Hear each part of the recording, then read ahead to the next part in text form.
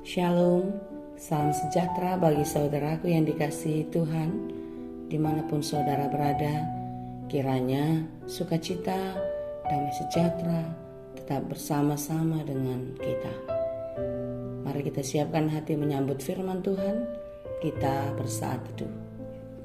Kasih karunia dan damai sejahtera dari Allah Bapa Tuhan kita dan dari anaknya Tuhan Yesus Kristus menyertai saudara sekalian. Amin. Firman Tuhan untuk kita pada hari ini, Selasa 4 Januari 2022, tertulis dalam kitab Yohanes 17 ayat 20. Dan bukan untuk mereka ini saja aku berdoa, tetapi juga untuk orang-orang yang percaya kepadaku oleh pemberitaan mereka. Demikianlah dikatakan. Saudaraku yang dikasihi Tuhan, di dalam doa saudara, siapakah yang menjadi prioritas untuk didoakan kepada Tuhan? Tentu di dalam doa-doa kita sering sekali memprioritaskan doa untuk pasangan hidup kita, anak-anak kita, orang tua, saudara, sahabat, dan mereka yang baik kepada kita. Tentu, pastilah mereka adalah orang-orang yang masuk dalam daftar doa-doa kita kepada Tuhan. Mereka yang kita masukkan dalam daftar doa-doa kepada Tuhan, pastilah orang-orang yang baik, yang peduli, yang penuh kasih sayang kepada kita. Sebagaimana mereka mengasihi kita, baik kepada kita, demikianlah kita berdoa kepada Tuhan, agar Tuhan memberkati dan membalaskan segala kebaikan dan kemurahan hati mereka yang mengasihi kita. Mungkin kalau kita mau jujur, jarang sekali kita mendoakan orang-orang yang jahat kepada kita, orang-orang yang membenci kita, orang-orang yang berusaha untuk menjatuhkan kita. Mendoakan mereka agar tidak lagi berbuat kejahatan, tidak lagi menaruh kebencian kepada kita. Tetapi sebaliknya, mereka penuh kasih, tidak lagi berbuat sesuatu yang melukakan hati kita. Justru malah sebaliknya, kita mendoakan supaya mereka juga mengalami kesusahan yang sama seperti yang kita rasakan, dan mereka mendapatkan pembalasan dari Tuhan. Saudara-saudara yang dikasihi Tuhan Yesus Kristus, tentu sikap dan cara kita berdoa sangatlah berbeda dengan cara yang dilakukan oleh Tuhan Yesus, di mana kita hanya mendoakan orang-orang yang baik saja. Tentu Yesus tidaklah demikian. Dia tidak hanya berdoa untuk pengikutnya, tidak hanya berdoa untuk murid-muridnya saja, mendoakan orang-orang yang baik-baik saja. Tetapi Yesus mendoakan semua umat manusia. Manusia yang baik dan yang benar, juga mereka yang berbuat dosa, supaya mereka semua beroleh keselamatan. Apakah sebabnya Yesus melakukan itu semua? Karena kasih-Nya yang tak terkira, kasih-Nya yang tak terselami, kasih-Nya tak dapat dibandingkan dengan kasih apapun yang ada di dunia ini. Kasih inilah yang seharusnya dipakai manusia dalam berinteraksi dengan sesamanya manusia, saling menopang dan menguatkan, saling mendukung dan mendoakan. Tidak ada perselisihan karena menganggap diri lebih baik, dan tidak ada penghakiman karena merasa lebih rohani daripada saudaranya yang lain. Semua sama di hadapan Tuhan, di mana seorang dengan yang lainnya adalah sama-sama ciptaan yang dikasihinya.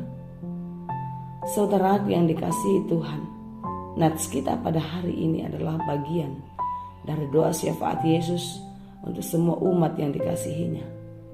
Untuk mereka supaya hidup sehati, sepikiran, dan satu tujuan dalam melakukan kehendak Tuhan, yakni kesatuan dan kesehatian umat dalam menjalankan perintah Tuhan. Bersaksi dalam pemberitaan firman-Nya. Dengan menjalani kehidupan yang benar, yaitu hidup di dalam kekudusan. Dengan demikianlah dunia dapat melihat dan percaya akan kesaksian kita. Sehingga semakin banyaklah orang-orang yang percaya kepada Tuhan. Saudaraku yang dikasihi Tuhan, Yesus berdoa agar kita semua beroleh keselamatan. Dan keselamatan yang kita beroleh dari Tuhan itu dapat kita pakai untuk menolong banyak orang untuk juga beroleh keselamatan. Kasih penyelamatan yang daripada Tuhan membuat semakin banyak orang yang percaya dan beroleh keselamatan yang kekal dari Bapa Sang Pemilik kehidupan. Para murid dan kita diberi misi untuk memberitakan Injil, yakni untuk mempraktekkan Injil itu di dalam persekutuan kehidupan kita bersama-sama dengan saudara-saudara seiman. Saudaraku yang dikasihi Tuhan, Tuhan mau kita selamat. Tuhan mau memakai kita, membawa jiwa-jiwa percaya kepada Tuhan, sehingga semakin banyak orang yang percaya kepada Dia. Tuhan Yesus memberkati. Amin. Terima kasih Tuhan untuk firman-Mu hari ini. Firman-Mu yang mengajar kami untuk melakukan apa yang seturut dengan kehendak Tuhan. Ajari kami Tuhan untuk dapat berdoa dengan baik, mendoakan orang-orang yang menyakiti kami, mendoakan orang-orang yang jahat kepada kami, agar mereka beroleh hikmat daripada Tuhan untuk hidup di dalam kebenaran. Sehingga kami dan masih banyak orang yang lain yang terus percaya kepada Tuhan, dan kami yang percaya beroleh kehidupan. Terima kasih Tuhan, kami percaya kasih-Mu tidak akan pernah meninggalkan kami. Kasih-Mu akan menguatkan dan memberi kami hikmat di dalam menjalani kehidupan.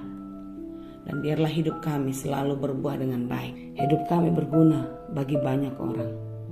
Dan biarlah hidup kami hanya untuk menjadi pujian dan kemuliaan nama-Mu saja. Berkati saudara-saudara kami di dalam berbagai-bagai pergumulan mereka. Kuatkan dan teguhkan hatinya. Tunjukkan jalan keluar agar mereka bisa menyelesaikan segala persoalannya dan mereka boleh menikmati kehidupan di dalam sukacita damai sejahtera Tuhan. Berkati dan kasihanilah saudara-saudara kami yang sedang sakit. Biarlah di dalam proses penyembuhan, pemulihan, kuasa-Mu terjadi dalam kehidupan mereka. Berkati obat dan makanannya, keluarga yang merawat, para medis.